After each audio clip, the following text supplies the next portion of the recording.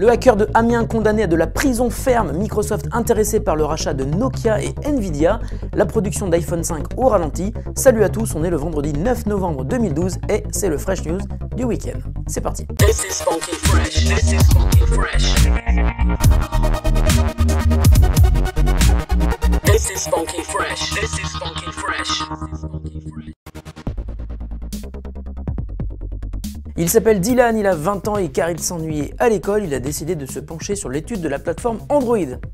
Il a appris à programmer des applis pour l'OS de Google, il a ensuite décidé de créer un petit programme malicieux, de l'intégrer dans des applications qui étaient généralement payantes, mais qui étaient distribuées sur un portail alternatif en version gratuite.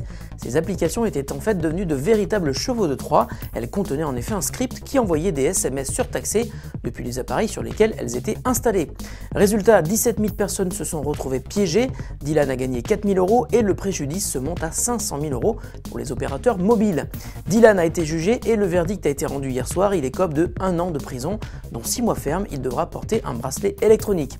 La cour a tout de même jugé qu'il était plus un petit génie de l'informatique qu'un méchant hacker et la peine a donc été plutôt clémente.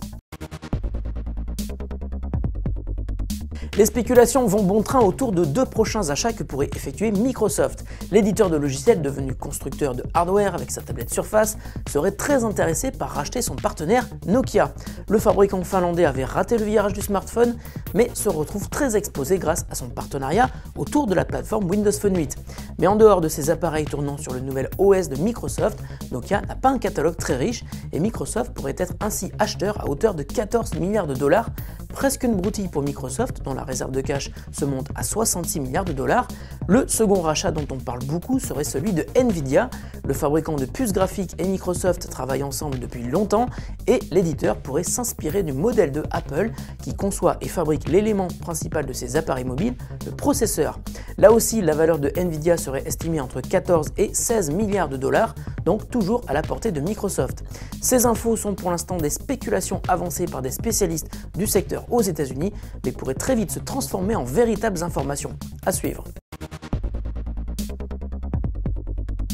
Foxconn, sous-traitant principal de Apple pour la fabrication de l'iPhone, vient d'envoyer un message d'alerte sur sa capacité à produire l'iPhone 5 à un rythme suffisant. En cause, la complexité du design de l'iPhone 5 qui rend son assemblage compliqué et sur lequel Foxconn prend beaucoup de retard.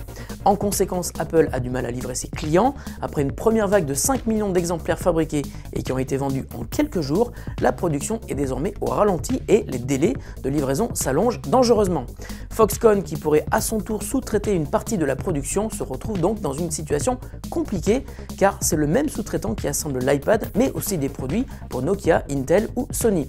Si vous faites partie de ceux qui attendent encore votre iPhone 5, comme c'est le cas pour beaucoup de clients de Free Mobile par exemple, il va falloir prendre votre mal en patience, rien ne semble se débloquer pour le moment. La question du jour nous vient de Michael Janois qui nous demande comment faire revenir le bouton démarrer dans Windows 8. Il me manque beaucoup, il n'y a pas qu'à toi. Salut Michael et merci pour ta question, vous êtes nombreux à vous sentir orphelin sans le bouton démarrer dans Windows 8, alors il y a plusieurs solutions gratuites qui sont déjà disponibles, citons Power 8, V-Start, Classic Shell ou Start Menu 7. Ces utilitaires vous permettent de retrouver un bouton et le menu démarrer que vous pourrez customiser en lui ajoutant tous les raccourcis que vous souhaitez. Le passage à Windows 8 en sera sans doute moins douloureux pour certains. Fresh News, c'est fini pour aujourd'hui, je vous souhaite un excellent week-end et on se retrouve lundi matin pour de nouvelles news de la planète high-tech. Salut à tous.